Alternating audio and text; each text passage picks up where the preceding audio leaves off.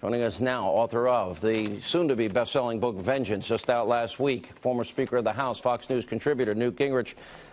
I know you're aware of this Uranium One deal, and now we've got documents, we've got emails, we've got financial records, we've got eyewitnesses that show they knew. The Obama administration knew in 2009 about Russia, top officials, bribery, kickbacks, extortion, and money laundering, and they still signed off on the Uranium One deal, 20% of our uranium in the hands of Russia. And keep in mind, the same Russia that they've been screaming about for a year. Your thoughts on this development? Well, let me say, first of all, the best news I heard tonight was your report that Senator Grassley is beginning to ask very serious questions, and I hope that the Senate Judiciary Committee is going to open a full-blown investigation. I also hope that Chairman Goodlatte in the House and the House Judiciary Committee will do the same. These are unbelievable charges. You know, if this is true, and there are two fronts here. There's the Russian front, which is unbelievable, and there's the Comey drafting an exoneration of Hillary 2 months before he interviewed her. Now, both of those indicate levels of corruption and dishonesty on a scale that I can't remember in American history. I mean, this whole thing coming together right now and the way it's coming together, the people who are involved. I mean, I think the average American is going to demand that the House and Senate hold full-blown, clear public hearings, put this stuff on the record.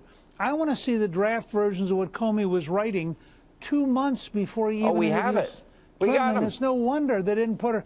Yeah, it's unbelievable. Signed, sealed, delivered, exoneration. Doesn't matter. You mishandle classified information, destroy classified information, and you destroy subpoenaed emails. Why do I think I'd be in jail and you'd be calling me on the phone on Saturday night? Well, I mean, think about it. If you're Senator Bob Menendez and you're being tried for something and you suddenly learn that what the Clintons did may be 50 to 100 times bigger and involved national security with Russia, and there's nothing happening to them. I mean, if I was Menendez, I'd think, wow, talk about justice not being fair. And then you look at Comey, who is this great, virtuous person in the Washington press corps, and you start saying, wait a second, he's writing an exoneration 2 months before he interviews her. No wonder they didn't put her under oath. Never mind the dossier. The whole thing was rigged. All the media, the Democratic politicians, they quoted the dossier that they used Russian sources for. This is where the media in this country hurts the American people, because they don't do their job. They're agenda-driven. They have made more mistakes in the last year than I've ever seen it. And I thought that it was bad when you were Speaker. I got to transition. I got to ask you about this, how important this tax deal is. How important Thad Cochran, who's not feeling well, flew back for this thing. McCain, you never know what the hell he's going to do. I mean, he's just flighty as all can be lately. Look, I think the president was exactly right tonight. I think Speaker Paul Ryan has sent out a note saying for the average working American, it's going to be a $4,000 increase in take-home pay. Work that Kevin Hassett, the chairman of the Council of Economic Advisors, has put together, $4,000 per family. I wouldn't be at all surprised to see some Democrats decide that they're going to have to vote for this thing. This is the key to the year for the Congress and for the president. And it has to be done this year. I love the president's way of putting it. Yeah, go ahead. I love the way the president put it tonight. It ought to be a Christmas gift for every American. It'll really get the economy rolling. And nothing can be more important for the Republicans than to focus on getting this done and getting it signed. I would prefer before Thanksgiving, but certainly in early December. By the way, it is personal with John McCain. When he came back after his surgery, he did say to stop listening to radio and cable hosts like me, and that people like me can go straight to hell. But I didn't take it personally at all. This is important the end of the year, because the timeline is now tough, because the House is on vacation this week. The Senate was on vacation last week. Who takes this much vacation? Which is a side note. Are you confident that at the end of the day, the McCains, the Susan Collinses, those that voted for that are voting for this bill, are they going to be there? Are they going to be Republicans for once? Are they going to get their identity somewhat back, or are they going to bail and screw it up like health care? No, look, I think you're going to get your first real test this week. if they can pass the budget resolution this week, that's a huge step in the right direction. I also think they may have a little bit of luck in that I do think there are 3 or 4 Democrats. I mean, you start, if we can drive home for small businesses what a huge tax break it is, for working middle-class Americans what a huge tax break it is. You go out to North Dakota, you go to Montana, you go to Missouri, you go to Indiana. Those are all Democratic seats, to West Virginia, and you're talking about a $4,000 increase per middle-class family. Yeah. I think it's going to be pretty tough for those Democrats to go home and vote no. I saw your comments about Steve Bannon, and yeah, I think I don't want to see the Democrats take over the House or Senate, but I'm with Steve Bannon in this sense, that if Mitch McConnell can't get the job done, Mitch McConnell needs to go. He is not getting the job done. And for him saying, oh, we have excessive expectations. Well, our expectations were raised because, I see you laughing, were raised because people like him were promising to repeal and replace health care for 7 years, and they couldn't get their act together. All right, go ahead, straighten me out. Go ahead. I'm not going to straighten you out. I want to say, look, you just made a different case than Bannon made.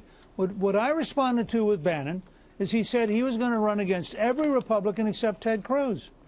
Ted Cruz. Who's up for re-election this year. We go down the list. Everybody he's talking about voted to repeal Obamacare. Everybody he's talking about is going to vote to cut taxes. Everybody he's talking about voted for every single Trump judge. Show me the principled case for Trump. I don't mind if he wants to complain about Mitch. Mitch is a big boy. He'll take care of himself. But that's not the argument here. Bannon is suggesting, and he says it himself, he's going to wage war. Against who? Against Republicans. You know, when we fought Nazi Germany, we didn't start by trying to fight Britain. Well, he wasn't talking about a real war. I mean, it's art of political war, and it's obviously. But the point is, wait a second, Sean. Yeah. Wait a second. We're good friends. Well, hold on. Here it comes. Bannon said against every Republican senator except Cruz. He did? I think that is an absurdity. Okay, here's what I want. I want Republicans, I wish I could say what I'm thinking, to get their bleep together and do their job. And I think Steve Bannon's saying the same thing.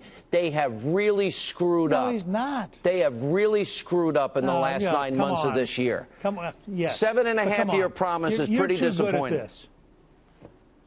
Go ahead. You are too good at this to say that. He said a specific thing. I'm reacting to a specific thing. I'm assuming Bannon, who you and I both know well, I'm assuming Bannon meant what he said. He said he's going to run against every senator except Cruz. I think that's absurd. And if you go check and my column on Friday is going to be about this. You check their records. They voted for every Trump judge. The only thing I would say, to repeal Obamacare. Politicians seem to respond to one thing: fear of losing their power. And I think Alabama was a shot across the bow, the canary in the coal mine. Sure. And if they don't organize and get together and get in a room and shut the door and turn off the air conditioning like our framers and founders, and I'll even send them free pizza, which didn't exist for them, and get on the same page and serve the American people, the forgotten men and women, fear seems to be a good motivator. And I think Bannon is saying, get your act together. And I agree with that sentiment. Oh, well, get your act together is fine. Trying to beat all the Republicans, I think, is just dumb. We can have a long debate some night about it. And if you want to invite Steve on, I'll come on with Steve. All right, we'll do an hour. I'd do an hour with you and Steve any day. I think it's important. I really do. All right. That'd be fun. That'd be quite an evening. All right, I'll set it up. I'll call him right after the show. Good to see you. Congratulations on the new book.